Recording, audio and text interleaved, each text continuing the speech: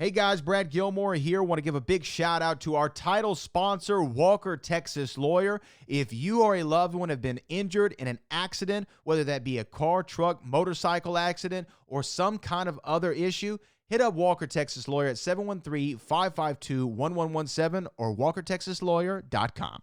Oh, Brad, what have you done now? Broadcasting live from Houston, Texas, and around the world. TV host, best-selling author, and radio personality Brad Gilmore brings you a collection of conversations with stars from movies. Matthew McConaughey. Brad Gilmore. Mark Wahlberg. Hey, how are you? The legendary Mr. Christopher Lloyd. Christopher, how we doing? I'm doing good. Great introduction. Jessica Alba and Lizzie Mathis. Ladies, thank you so much for joining me. Thank you. Kevin Costner joins us. Thank you so much. Thank you. Television. Jimmy Fallon joins us this morning. Jimmy, how you doing, my friend? Good morning. Thank you so much, Brad, for having me. I appreciate this, bud. Kelly Ripa. Brad, thank you for having me. Comedy. Jay Leno joins us. Jay, how you doing? Hey, Brad, what's going on? Chris Tucker is in the building. Chris Tucker, good morning to you. Hey, Brad, and good morning to you. How are you? George Lopez joins us right now. George, how are you doing, sir? Good morning. Music. Lola Monroe. Thank you. Thank you for having me. The legendary frontman of AC/DC, Brian Johnson, joins us right now. Brian, how you doing? Good morning, Brad. What lovely to talk to me. Funny lad. Megan Trainor. Thank you so much, Brad. You're awesome. Chloe Bailey joins us. I appreciate the time. Appreciate you. And more. This is The Collection. Now your host, The Boat. Brad Gilmore!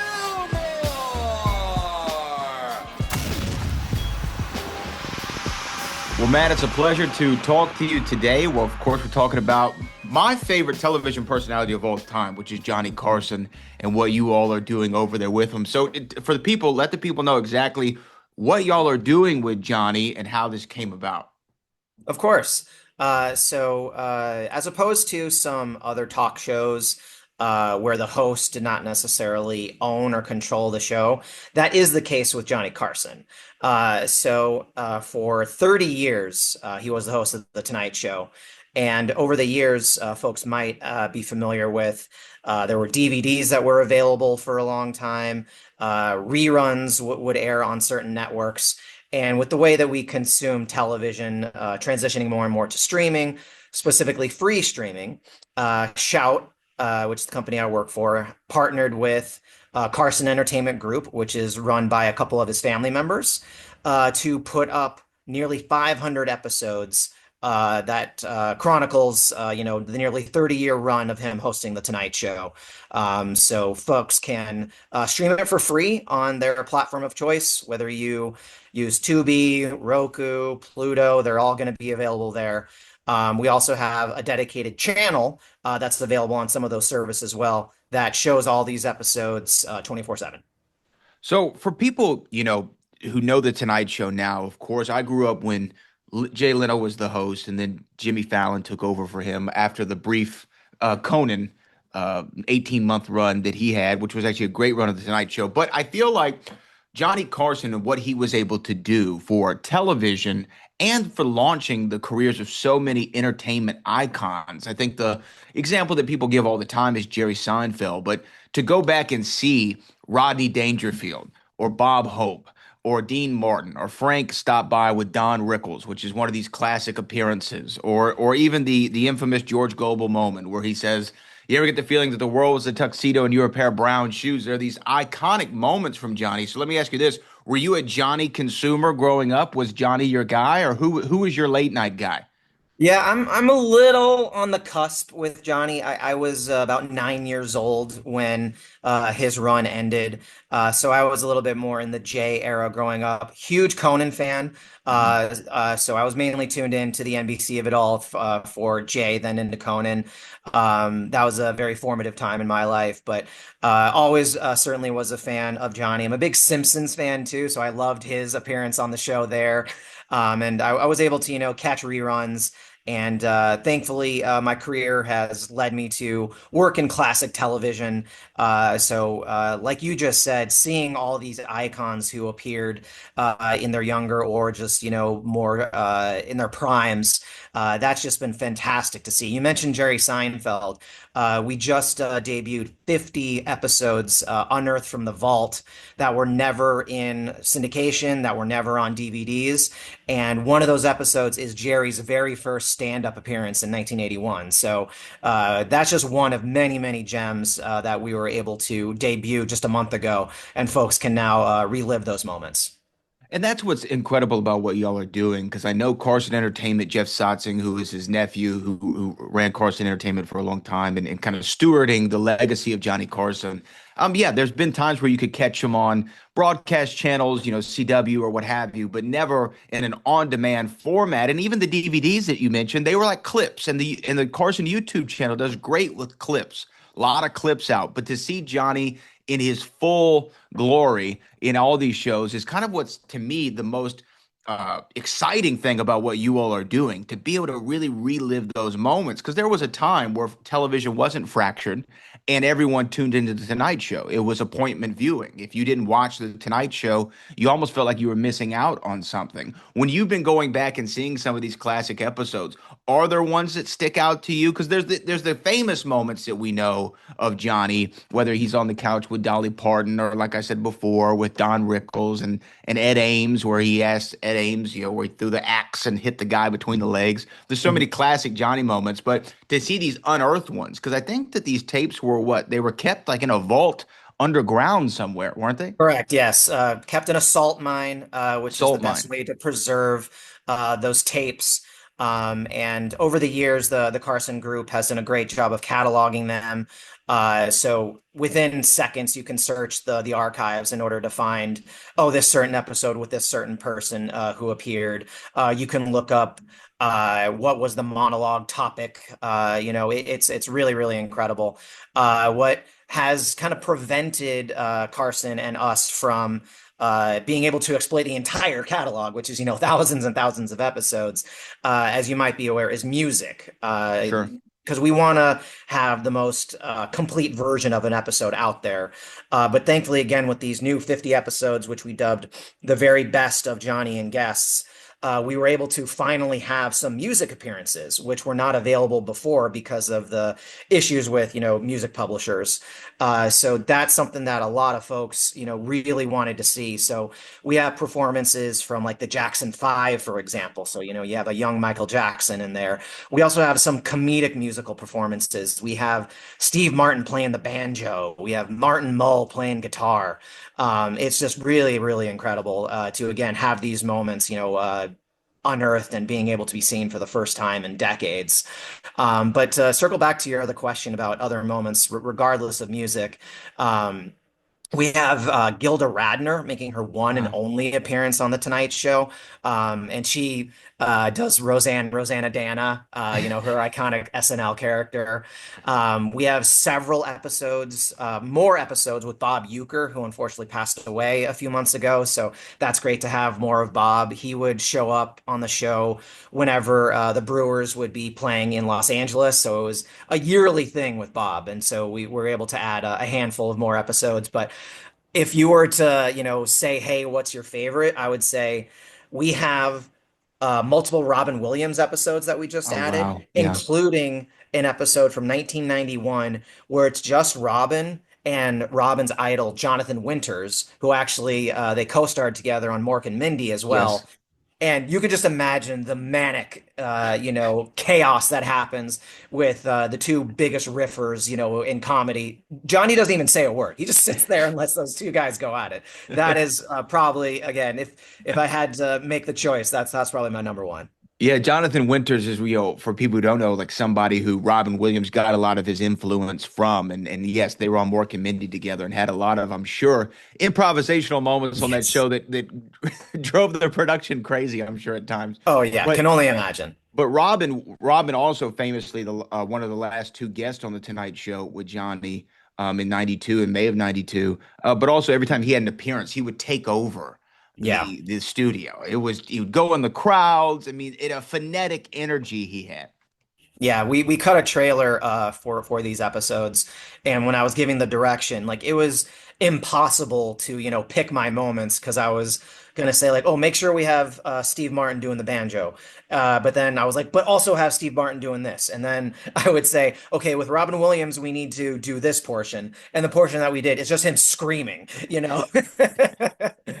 which again is classic Robin. But probably the thing that I wanted, and you're touching on it too, is to yes, we want to highlight, these iconic Hollywood and, athletic greats. We have, Muhammad Ali in an episode too, music guests as well. But at the core of it all is Johnny, because he, of course, has his monologue, but he would also do, sketches and bits. Karnak, of course, is a big one.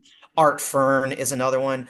There's an episode where they just open with Johnny literally in a rhinestone cowboy getup, riding a horse, and just singing a Western tune. That just, again, showcases his talent. There's, of course, the moments where it's unscripted, but like they knew that something would happen. So there's more animal antics. Joan Embry, of course, a stalwart of the show. So there's a few appearances of her and him with a monkey climbing on him. Like that's always going to be fun to watch. And so that is why we dubbed this batch of episodes the very best of Johnny and guests, because we wanted to make sure that there's a reason why the late night format, has been still going for 50 plus years. And he was the one who really kicked it into high gear. And so that's why, Jay, Conan, Dave, everybody can owe their careers to him. Yeah, and the Tonight Show existed prior to Johnny with Steve Allen and then Jack Paar, but it wasn't really the Tonight Show until, 1963, I believe is when Johnny Carson officially took over. Now, let me ask you this. There are these famous lost episodes of Johnny from the early years when he was still in New York. I think there was some issue with the tape library, or they taped over him. Do you have any access to any of that footage? Can we see that a part of the Shout lineup? As far as I know, it is legit lost forever. Yeah. Back in the days, archival was just not as big of an issue, and tape literally was expensive, and so they had to reuse and repurpose it. So if something were available, we would go through the trouble to do it.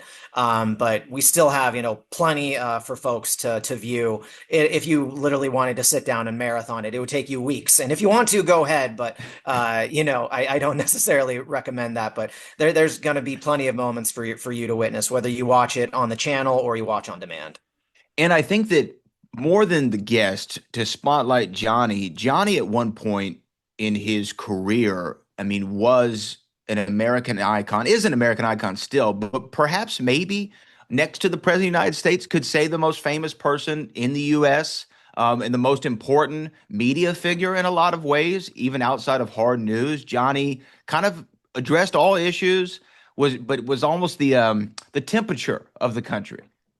Yeah, absolutely. And so when you do rewatch these episodes, it is a amazing time capsule, because you can kind of see, because again, we have episodes spanning 30 years, so you can hear him talk about the 1980 Olympics and the hockey team defeating Russia, and then it'll pivot to the multiple various presidents who were in the White House at the time, and he was not afraid to take his gloves off and make fun of Ronald Reagan or Gerald Ford or whoever it was. And so yeah, like you said, he could, have a little bit of an attitude, and also he would still try to be an everyman and please, whether it was on the coast or in between, because he's, from Nebraska. And it was just, again, when I was able to rewatch all these episodes, it was just amazing to just see the chart of history, not only from his monologue, but also, again, from, the guests who are appearing. You see people in their early days, or you see people in their later days. You had mentioned Dean Martin, Rodney Dangerfield. We have Lucille Ball, for example, have, again, early, mid, late career appearances from these just amazing American icons. Yeah, and he helped launch so many careers from that couch, from the famous OK symbol that he would give to a stand-up comic, and if he'd call him over, you were a made man. Your schedule would be booked up all around the country from this one appearance on the Tonight Show, and it just shows you how important of an icon he was, and how the franchise has been and still is to this day. The Tonight Show is an important place for people to go, and that's because of Johnny. So what if people go for Johnny and guests, the very best of the 50 episodes that you have up there now? What else can they see from your service? What are some other lineups of programming that people could tune in and see? If they come in for Johnny, but they stay for, what else could they might see? Oh my goodness gracious. We have teed it up there for you. Yeah, thousands and thousands of hours of programming. On the classic side, a great compliment to Johnny, and again, another American icon is the Carol Burnett Show. Sure. So she, just like Johnny, even though her show aired on a network, she owned it. And so that's why we're able to have, a treasure trove of Carol Burnett Show episodes. We actually, thanks to Carol still being with us, we're able to film a promotion with her timed to Mother's Day.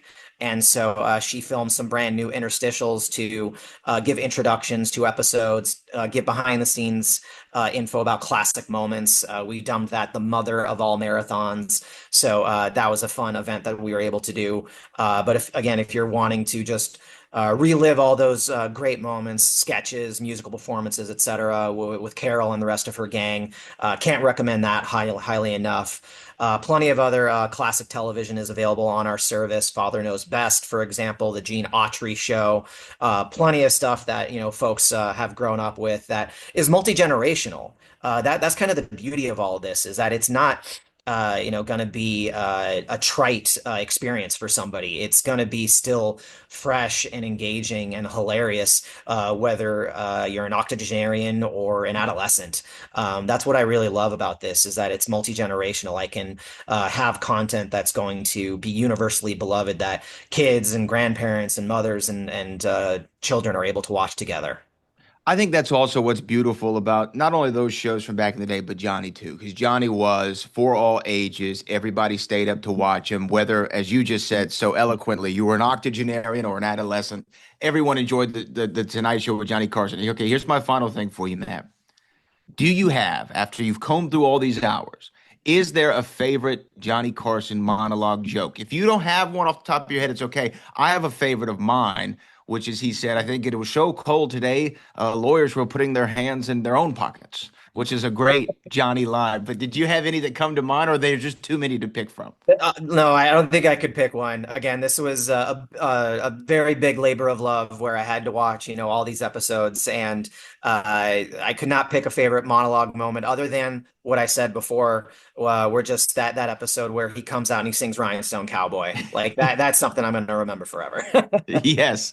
Well, Shout TV to debut episodes of the Johnny Carson Tonight Show, not seen since its original broadcast. I can't wait to spend all my waking hours on the service watching them, as I'm sure that so many of my audience will as well. And Matt, we really appreciate you joining us today.